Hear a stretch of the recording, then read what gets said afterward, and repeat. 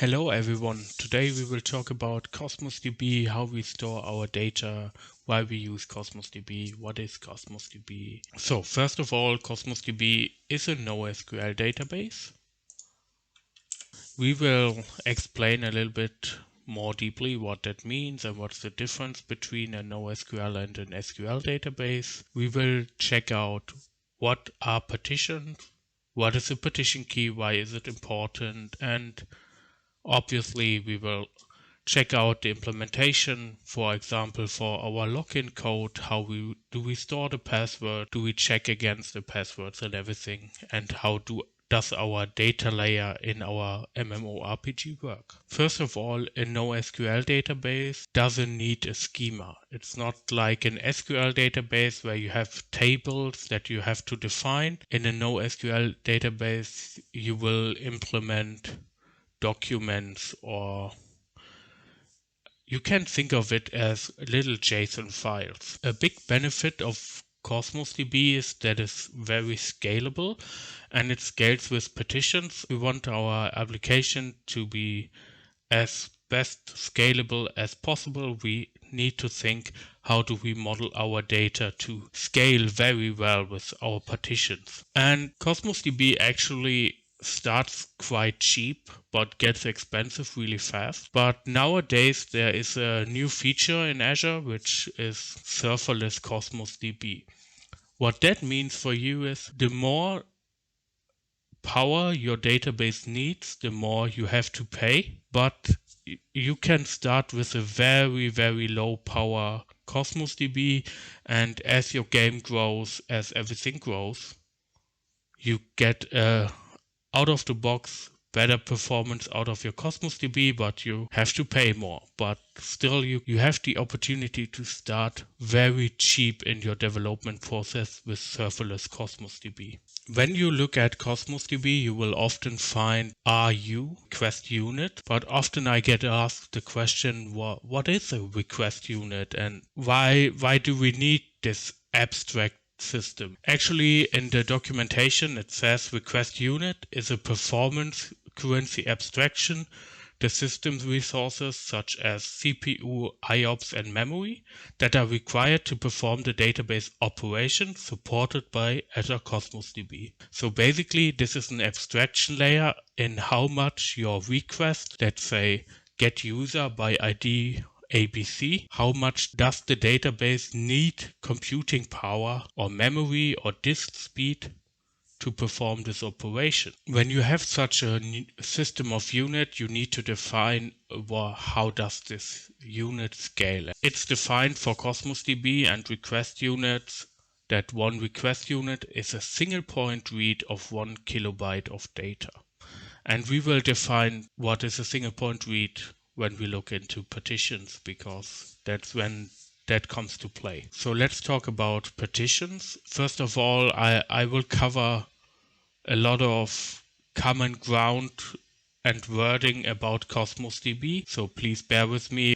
So partitioning starts with defining a partition key. We talked in the last video about scale in the chat, about what is partitions on application level scale. And for Cosmos DB it's quite similar. So first of all, we need to give Cosmos DB the opportunity to understand how does it partition our data. And for that it needs a partition key. And with that key, it will make what in Cosmos DB term is a logical partition. In a logical partition, every data share the same partition key. For example, we have user login information with email address, password hash, and what map the current player is, so that the player can connect to the right map. With this information, let's say we will take the most obvious one, which would be the email address. Since each email address will be unique in our database, for each user login information, there will be a logical partition, because no data shares the same partition key.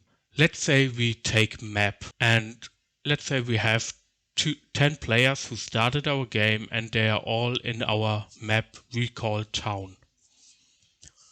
then those 10 players are in the same logical partition because everyone has the value town in their map, and since map is our partition key, they are all in the same logical partition. And there is no common way to say one is better than the other, but there are some decisions you have to make and some checks you can do against a good partition key. We will look into that at the end.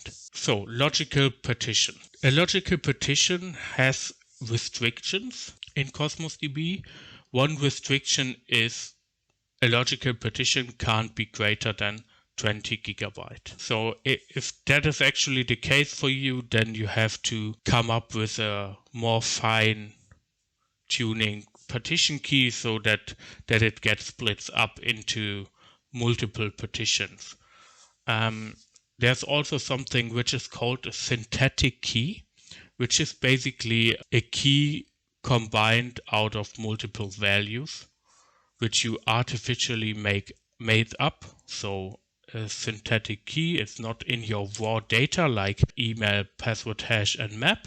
We could combine email and map with a dash together into a value, and this would be a synthetic key. Cosmos DB internally maps logical partitions into physical partitions. And physical partitions for us is a black box. It still makes sense to understand them, to have some implication on what modeling in our data does, but we don't need to deep dive into how physical partitions work. Logical partitions are mapped to physical partitions. And how much physical partitions you have is very dependent on how big your database is, how big your throughput is that you request in. Do you have very, very many request units? Then you get more physical partitions. Then when we look at the third bullet point, you see that a physical partition can have 10,000 request units maximum. So if you have a database with more than 10,000 request units, you obviously definitely have more than one physical partition. So logical partitions are hashed and mapped to a physical partition. So it can happen that multiple logical partitions are mapped to the same physical partition. One physical partition has limits like logical partitions. One limit is 10,000 request units per physical partition. This implies also that 10,000 request units per logical partitions is a limitation because a logical partition can't be mapped to multiple physical partitions. They share this limitation. And the physical partition maximum size is 50 gigabyte. Now that we somewhat understand how partitioning works in Cosmos DB, we check about why this is important. And there's something which is called cross-partition query, which is in a NoSQL database a very bad thing to do because it's very slow. There are three types of query types. The worst one, which is orange, is a cross-partition query, also called fan out. In an SQL database term, you would say this is a full table scan. Query could look like this in an SQL language. Select star from C, where C is our container, where some value, which is not our partition key, is equal to whatever value. Since this is not our partition key, we have to route this query to every physical partition. There is an index inside of the physical partition where it can make more better choices, but we have to route the query to every physical partition, and every physical partition has to check the index and then give us the value, and we on the client side need to aggregate the value again. The Cosmos DB client library will handle that for you, so it's very easy to use. Everything is done for you, but it's actually a very bad thing to do because this makes things slow. Another thing, which is not as bad but still not ideal, is a cross-partition query but scoped, which basically means you have the partition key value as a limitation, which means it's not pointing to one logical partition, it's pointing to some of them. For example, select star from C, where C, our partition key, is in, and then we provide a list. Then it has to route the query to those 3 logical partitions, which hopefully is smaller than a full table scan or a cross-partition query fan out. And there's the ideal case, which is a request goes to just one logical partition, which is achieved very simple, select star from C, where our partition key is equal to one value. And since one value, if you remind yourself at the beginning of the presentation, one value of your partition key is mapped into a logical partition. That's our smallest unit of interest here.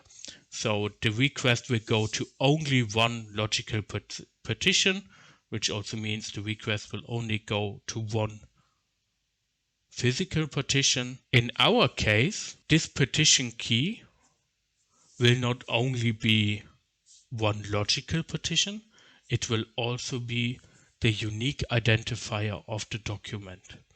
And every time when you access a document directly by its unique identifier, this is what is called a single point read.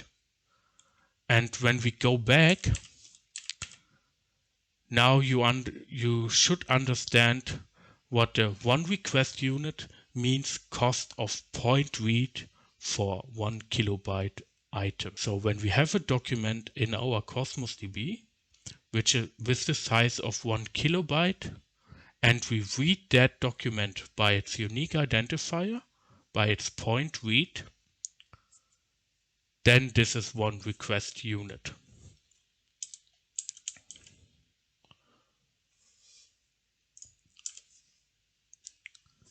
When you think about how everything is processed with the physical partition, you will now understand that cross-partition queries might not be a big deal when your database is small.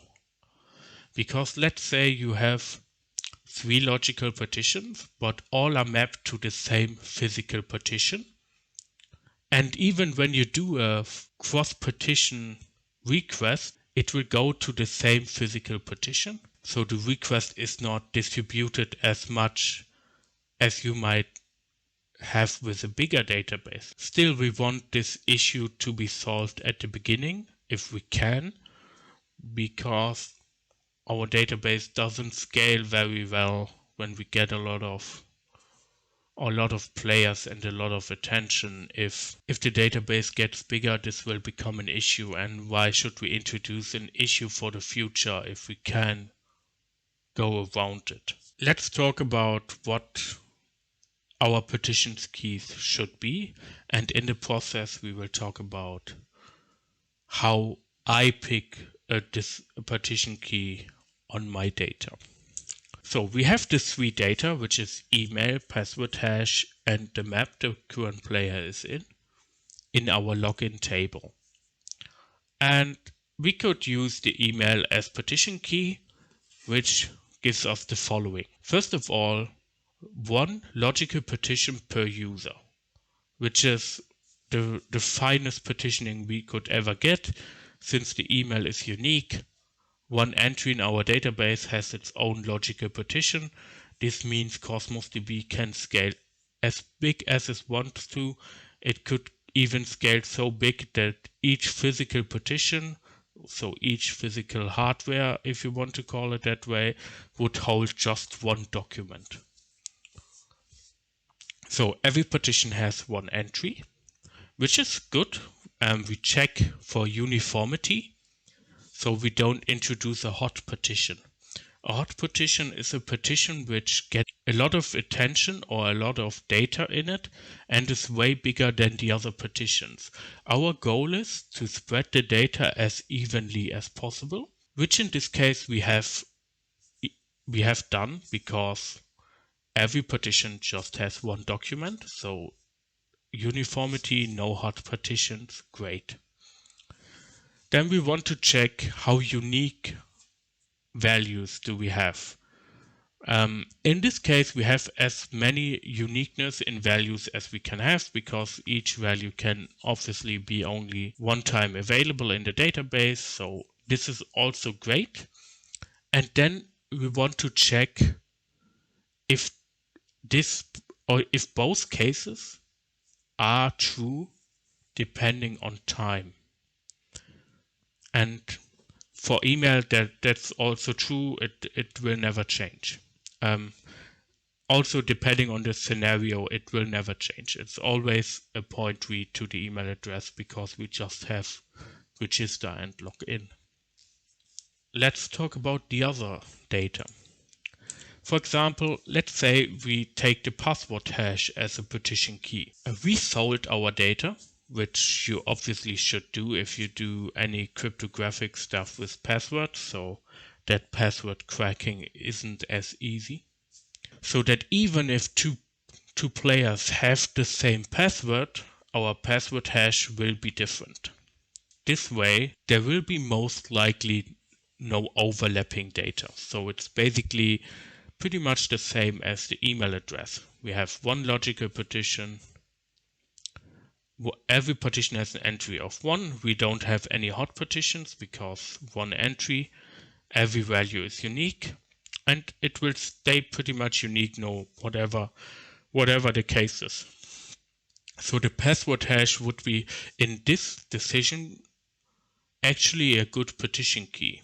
It's something different, which makes us a bad partition key for us. We will talk about that later. But with the general check, this is a general check which you can do against every partition key you will ever have. And it will tell you if the partition key is good or bad. So if these 3 checks are bad, and you have a partition key where the 3 checks are good, then you might not even consider the bad ones. It's a little help.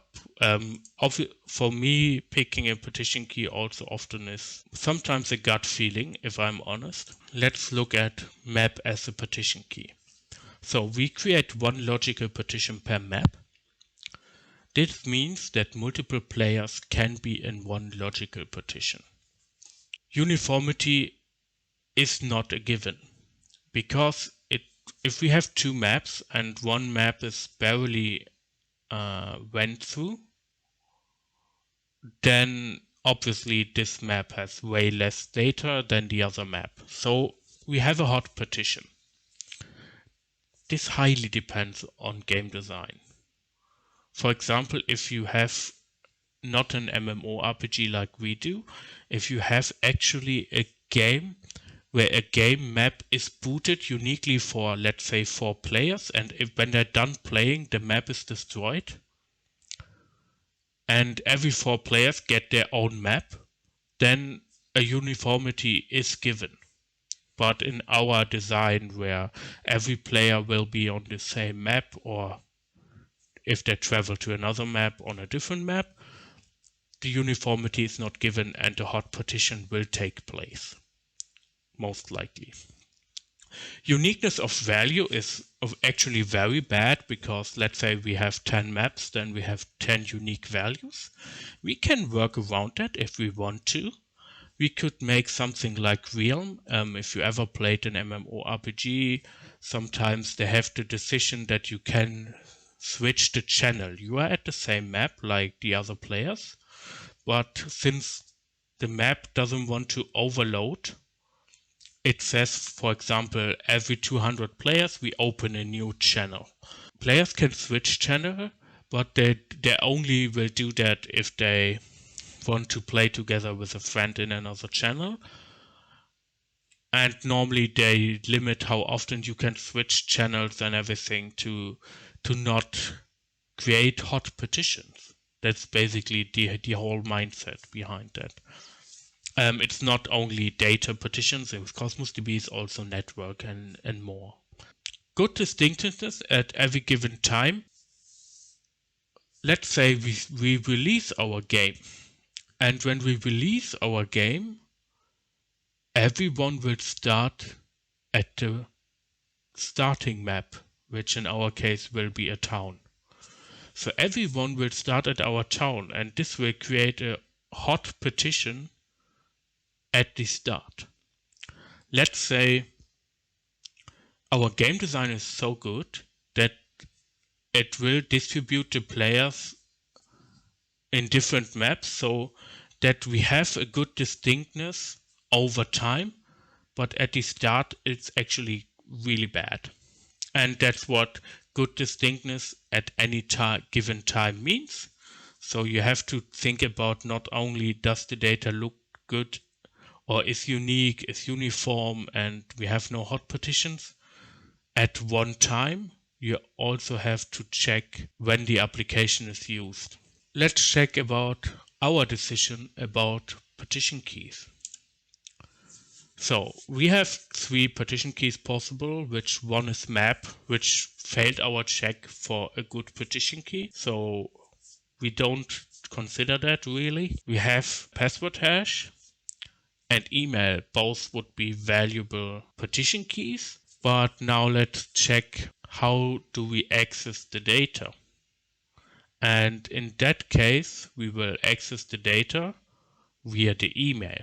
And it's better to not have a cross-partition query because we don't have our partition key in our query.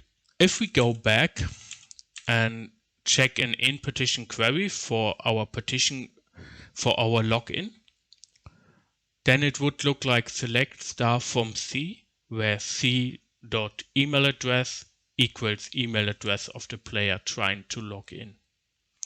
And this is an in-partition query for email, because email is the partition key.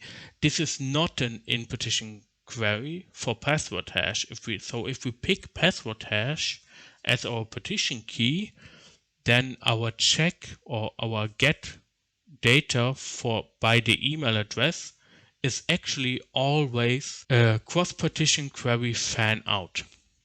Because the partition key is not part of the query, since select star from C where C.email equals to email of the player trying to log in is not the partition key. It's not in the filter predicate. There's actually a really good website which I will link in the description, and I want to really fast go over this blog post by Microsoft, which goes a little bit more deeper on the performance of your database, but you can read it yourself in depth. I will just rush over it, and I highly recommend you check it out. So when you check it out, you will see how to model a partition data on Azure Cosmos DB using a real-world example, which is a very complex example. They have basically a social media platform with users able to comment, create posts and likes, and create and edit their own profile. And really short, the first thing they do is they create the database model, which looks like this, and post, a comment and a like shares the same container. This gives them the opportunity to make one query, for example by post ID, and get all comments, posts, and likes of that post ID back from the database really fast.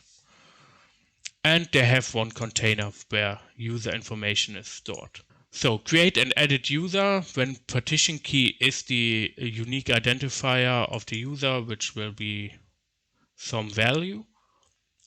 And post will be the partition key of the other container. So retrieving posts is actually quite fast. You get a post by the ID, and you get also the comment and likes by the ID because they are all in the same container. But if you want to have the username who was in writing the post, then you need to join the database with the user's containers and get the username from it. Here they also write request units, how much is charged. It's quite expensive. So this is not an ideal case because you have to join databases, and that's something you don't want to do in a NoSQL database. So when you want to list users, posts in short form, it's even worse because you have to check against the user ID, and this is not part of the partition key. So this is a cross-partition fan out, so a full table scan of Cosmos DB, which is actually quite bad, and you see it in the request units. It's quite large. Creating a comment, pretty straightforward. This is also not an issue. Liking is not an issue. List post likes is also quite easy to do, since this is the partition key, the post ID, and you filter also by likes. That's quite fine. The only problem again is getting the users. So for each like you want to have the usernames, and you have to join that again with the users table, and Cosmos DB has go to a lot of partitions to get all the data you want to have, and that's what the request units reflect. And get most recent post as pretty much also again issue that you don't have the post ID, which is the partition key, inside of your query. Some things are pretty good, some things are pretty bad. And what they do is they denormalize the database. When you're learning computer science, you learn how to normalize a database.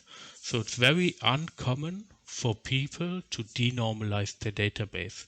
But actually in a NoSQL database, it's pretty common practice to get performance out of the database, which is also more and more becoming common practice in an SQL database. There's Snowflake and Star Model. I don't want to go into that because we won't use it here.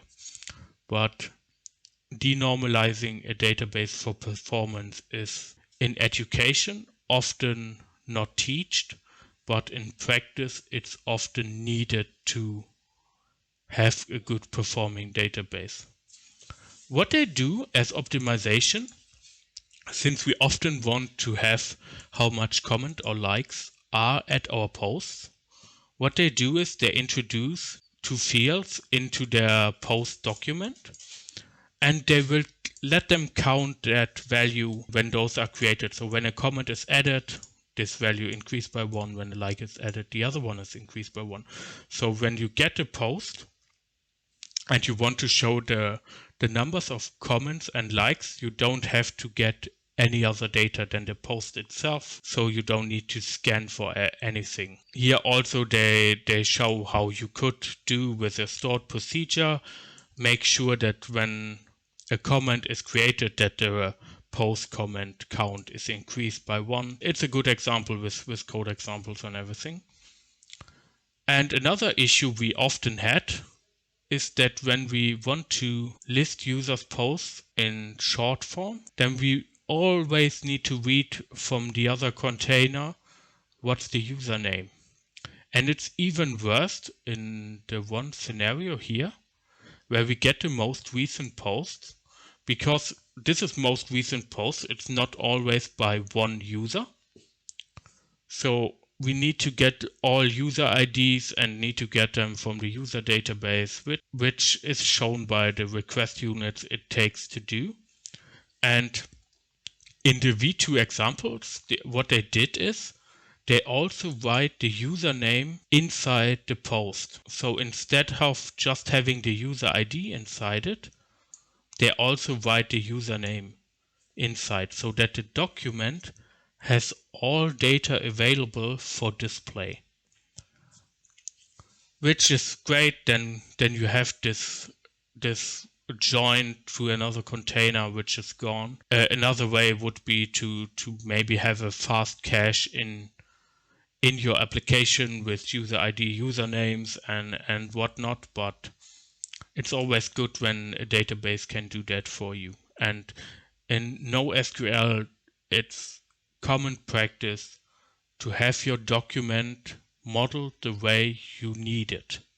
So If you need the username in there, it's a good practice to have it in the document and not have to join with other tables. Sorry, containers. When we get all posts from our user.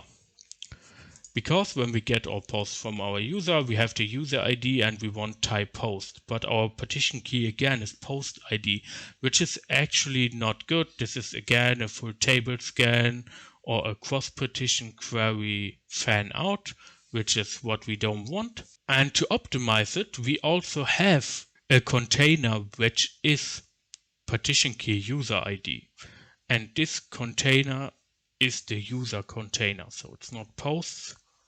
If we look at the model again, it's the user's container, which partition key ID, which is the user ID in the post. And since we have this available, the optimization would be to clone the posts over to the other container in a short form. So what we do is when a post is created, it's replicated to the user's container. A copy is created basically in the user's container, which has the partition key user ID. So when we do the query against the user container, sorry, I went to there. So when we do so here we are here, sorry for scrolling around that much. So the post is copied over to the user container whenever a post is created. And since the user container has as partition key the user ID, this select will have the user ID as an in-partition query, which makes it really, really fast. You see it's 6 request units and the other one was way more. Then there is list X most recent post created in short form. For that, they also clone it into another container, which is called feed. And with that feed container, they will make sure that they are the top recent 100 posts. So if they add 101, the oldest posts get deleted. And they use a stored procedure for that. The feature they use for this cloning is called change feed. So Cosmos DB has available a feature when something changes within the database, you get informed by a feed, which is called change feed. So the change feed will, for example, call your application with there is a new post created and then you copy this post over to users. This isn't fully consistent to do, but it's for performance, it's a great thing to do that. And at the end, they have a table. Let's check the one with the 6 RUs, which was Q3. And Q3 got from 130 milliseconds, 600 RUs to 4 milliseconds, 6 RUs, which is 100 times cheaper. And this with just moving and cloning data around and denormalizing the database. Now let's check out the source code, how we implement Cosmos DB. What we have a repository pattern because it's a pattern I really like when I handle with data. And I have a quote-unquote base repository for using the Cosmos DB. The Cosmos DB inside this repository is a singleton. So when we check this out, we give our base Cosmos DB repository our Cosmos DB singleton with the corresponding container. So one repository is always responsible for one container for now. We might need to change that, but in best cases, like we saw in the blog post by Microsoft, it's good when your queries go against one container. So what we will have in the future maybe is leveraging change feed to copy over data as we need them. But I don't think that we need that too soon because the scope a player interacts is actually pretty small. So it's always basically we act with that unique identifier. So it's always point reads, and we don't need to bother with that too much for now, depending on what we want to implement in the future. So, but back to the code. We have a Cosmos DB client singleton, which is basically a singleton pattern implementation typical for .NET, which the Cosmos client is the official library. Sorry, Cosmos client is the official library, which we will use, which is a NuGet package. And the library, when we want to connect to a database, want to have an endpoint, a key, an endpoint and a key. Or you can give it a connection string. If I'm not mistaken, yes, you can give it a connection string. I've splitted it in URL and key. Maybe I will change that in the future to connection string. Also, we have this configuration, which is, I didn't expose my key. This is basically the local Cosmos DB emulator key, which is always the same when you start it. So no worries. And even if it's exposed, it's my local Cosmos DB, which is not connected to the internet. So whatever. So we have this configuration. The reason why I write the configuration this way is that I'm very easy able to make the configuration into a configuration file or a different format. When we look into configuration,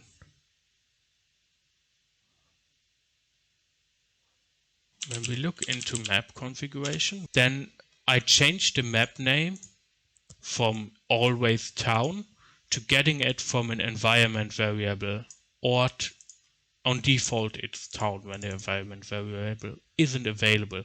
The reason I like to do that is so that I can leverage a Kubernetes feature to set environment variables based on configurations. That's why when I'm in the process developing things, I might create configurations like this, which looks kinda dirty to do. But also when I want to introduce testing, what I could do is I could just make everything not static. Create an interface, because I want to let the IDE do the heavy lifting. Extract interface, Cosmos DB configuration, I'm fine with that. And if we look at the interface, every configuration is in there. Since this is not static anymore, I get an error everywhere. And I could leverage my DE container.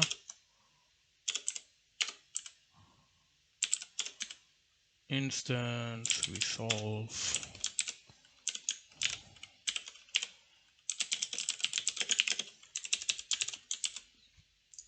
And just replace that here. And then my configuration is fully mockable. But most likely what I will do to serve Kubernetes is I will do it more like I have done with the map configuration, which is having an environment variable where I need to override things. And then in Kubernetes what I can do is I can set environment variable based on my configuration here, or later build server can replace those and everything. So we have this singleton, which is basically just connecting to our Cosmos DB and providing us with the containers. What we do here after we connect it, we create the database and then we create the containers if they don't exist, and our partition key in both cases is ID. This code here is a problem with the Cosmos DB emulator. It is solvable. You can solve it more cleanly, but that's a lot of work, which, to be honest, I don't care to do, because the problem is that the certificate I get from my Cosmos DB emulator is for local host. But when I connect from Docker outside to my local host, I connect with host Docker internal. And this gives a server certificate domain name violation. And this code basically accepts any certificate Cosmos DB gives us, which is obviously unsafe to do. But since this is everything is localhost for now, we don't care. But I've marked it with to do, so we will remove it as soon as we move our stuff to the cloud. So we have this, which basically connects to the database to the right container. Let's actually check out our login, like we said, which is empty. Our base repository gives us the capability already to read point reads of the database. And what it does is it has a get function which reads the container by its partition key. So it's a point read on the partition key. In our case, it's even the unique identifier. And if it's not found, it returns null. It returns null if some other thing has happened, which will most likely not the case. And it returns the document when it's found. We can check exist, which is basically checking against get async not null. We can create one. We have to provide the partition key and we have to provide the document. And for save async, which is an upsert, which is basically insert or update. So this will overwrite the document even if it exists. So we can create a new one, which is only create. So only create if not exist. And we can save, which is always saving, and we can check if exist or get the data, which is quite forward with the API to do it. It's basically direct API calls for us. So let's check out the login, how it works on server side. So we have this login workflow. This is actually the last state of Git, so a lot of refactoring went in through it, but that should be fine to understand still. So when we receive a register from our UDP client to our server, then we will try to register this person. And this is actually what will happen. It's pretty straightforward. We check if its email is an email address. We check a password strength. This is currently just the length of the password should be greater or equal 6. But we could improve this. We could say password should have uppercase, lowercase, and whatever checks. We can add them here as much as we want to. Then we check if the email new. Since this is register, it will check against the repository if a document with that ID already exists. And if it exists, then we give an error, already registered. If not, we will hash the password and we will save it. Login pretty much works the same. The most complicated part is saving and checking the password. What we do to give extra security is we create a salt, which is basically every password has a different addition to it to make the same passwords not look the same in the database. So if every user of our application has the password test123, it still looks in the database different because they all have a different salt. What we do, we will hash that with a pretty standard, an IRC standard we give it 10,000 times, so it hash it is 10,000 times, and then we get the 20-byte hash. And we save to the database the salt plus the hash. Check password. We need the saved password from the database and the password the user provided. We make it base 64 just for make it easier to work with strings instead of byte arrays. So we get our hash from the database, and the first 16 bytes of that hash is the salt. As you will see in line 17, we add the salt as the first 16-bit. We read the first 16-bit, and with the salt we basically redo our hashing. So then we check the 20 bytes if they are the same. So we have a loop 1, 0 to 20, and since the 16 bytes is the first byte of the hash, we check against those 20. If they are not equal, it's false, else it's true. That's how we do that. So when we check, we first log in async. Again, we check if the email is an email. If that's not the case, we don't need to check anything. We check if the email exists. We could remove that. We could optimize that, to be honest, and we will do that.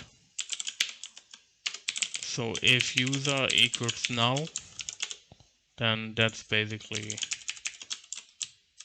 that, which is one database access less, which is definitely an optimization we will do.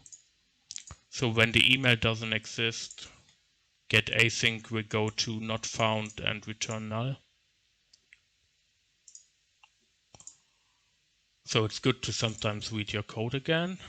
And yeah, and if there exists, we call our check password, and we need to get the document for the password hash inside there for the salt. And if that's working fine, everything comes back correctly. We generate a JWT token, and we will send it back to the client. So when you have Cosmos DB emulator,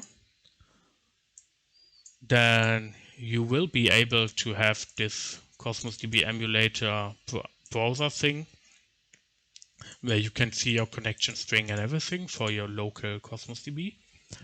And you have a data explorer where you can see we have our user collection, and you can see our partition key and everything. Here is the email address, and when I click one, you can actually see our data, which is the ID and the password hash.